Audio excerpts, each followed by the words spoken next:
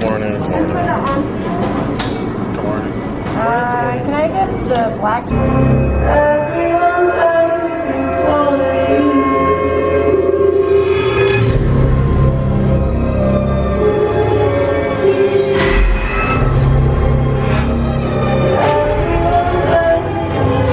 And exclusive benefits.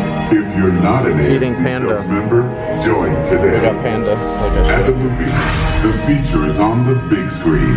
So please remember, don't text, Movie is about to start. don't post, Old. don't talk.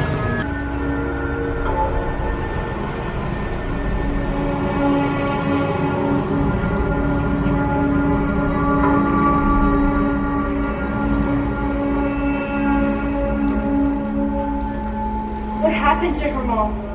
I don't know. Okay, before we forget, we've been home a little while. Oh, I don't know if you could hear me talking in the movies theater. We saw Old, obviously. I showed my phone. We got Panda, but we kind of ran out of time. That's why she was eating it in. And then I was going to eat mine in the movie too, but they didn't give us any soy sauce. So I ate that when I got home. But anyways, the movie Old. M. Night, how do you pronounce his last name, like, correctly? I think it's just Shyamalan. M. Night Shyamalan. M. Night Shyamalan. I always say his name Goofy, and I don't mean to be disrespectful. I just think it's really fun to say it all weird. But anyways, Old. If you've watched any of his previews and then watched the movie, his previews kind of depict how the movie's going to be, and then there's always something that's either completely different or a little bit different. He doesn't go along with the preview at all. The preview was good. Made me want to watch the movie, obviously. Well, the fact that he made the movie made me want to watch it. But the movie was, in my opinion, a lot darker than the preview. And as I was telling Katie, I felt like it could have been a rated R movie, even though I think it was PG-13. The story was good. It wasn't... His movies are either, in my opinion, really good or not really that good, but then I still like them. This, in my opinion, was one of the better movies he's done. I think Signs is the best movie. Signs is good. I actually really like The Village. I like that movie a lot. Even though The Village was another one of those movies where the preview made it look like a horror movie and The Village really isn't. This movie is a lot darker than the preview. The story was super cool. It wasn't as, like... I thought it was going to be really cut and dry. Like, you got Old on that coast or the cove or whatever, and then that was it. But there was a lot more to it. It was fun. I don't know. I liked it. I liked it a lot. It was a lot of fun. It was entertaining, and you never really get bored in the movie either. It never really stops. The pace never really slows down. It's like continues to keep you interested throughout the movie. Yeah, it really does. A lot of movies you watch the character development, it takes like half of the movie at the beginning to get through it so you can like feel bad when the characters die, etc., etc. But this movie, it really didn't get into it right away, but once the movie got into what it was about, that's when they developed the characters more, which I thought that was really cool as well. So you kind of, I don't know. I'm sure you know what I'm trying to say. The movie, like she said, the movie was not slow at the beginning. Sometimes it's slower when they're trying to develop the plot. This wasn't. It just kind of went right into it. Yeah. So, I recommend it. I recommend seeing it in the theater. I thought it was really good. There was a little thing at the beginning, him actually thanking everybody for seeing the movie in the theater. And then he had a really big part in the movie, which was cool. Not really big, but it bigger was, than his other yeah. Because he always makes an appearance in his movies, and he always has a twist in his movies. Yeah, he always does a cameo like Quentin Tarantino does in his movies. And it was this one, it was more than a cameo. He had a decent, it was his biggest part. And yes, there was a twist, like there always is. And it was good. I liked it. If Nick wanted to see that, well, Nick won't be in town when that movie's out. So never mind. I'm saying I would see it again in the theater. I liked it a lot. Really? Yeah, I thought it was cool.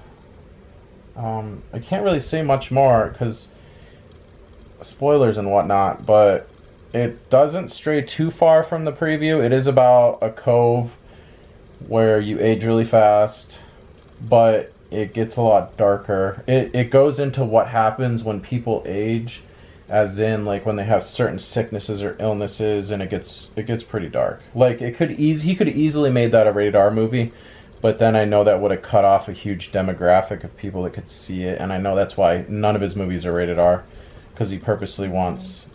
And he always has like a message about family and being close to your family and not taking others for granted and stuff.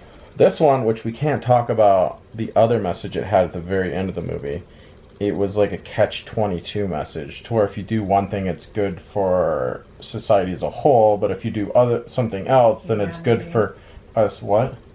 Like good for humanity. Yeah. Like you could do something to save a whole country, but it would kill a few, or you could let a whole country die to save a few. Kind of like that feel, which I thought that was kind of cool. He made a very good point at the end, which is true. I mean, it's a very true. But anyways, all right. Aside from spoilers, but there's other ways of accomplishing. There's other ways. Yeah, and we can't really get into that because But it was good. I liked it. The next movie we're gonna see, Suicide Squad. It was really funny when we were watching this one because we're gonna see Suicide Squad in Dolby. And the movie theater next to ours was playing Suicide Squad in Dolby, so there was like these huge explosions and stuff we could hear. You could hear Suicide Squad in the next theater, like it was really loud, just constant. Like, it was boom, constant. Boom. It was constant.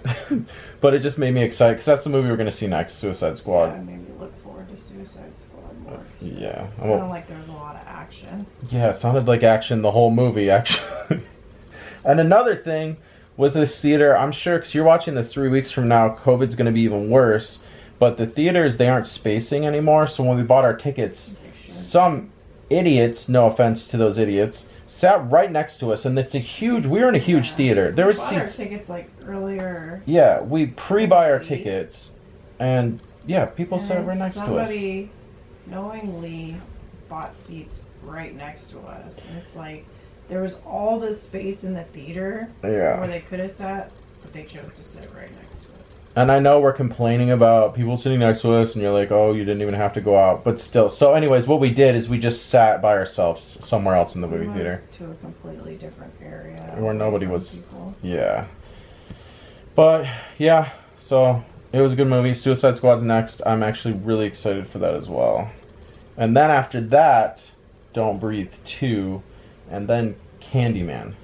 Because those are the movies that are coming out before. Those come out later in August. August 13th I don't know when Candyman comes Candyman's out. the 20th or the 27th. Oh. And the Don't Breathe is the 13th, I think. Oh, really? Yeah. Well, I just want to see these movies before I go back to Colorado. So yeah. Okay, that's all. We're gonna watch this new Paris Hilton cooking show on Netflix called Cooking with Paris. It looks like it's going to be pretty cool, funny, and entertaining. And we're going to eat leftover Panda Express.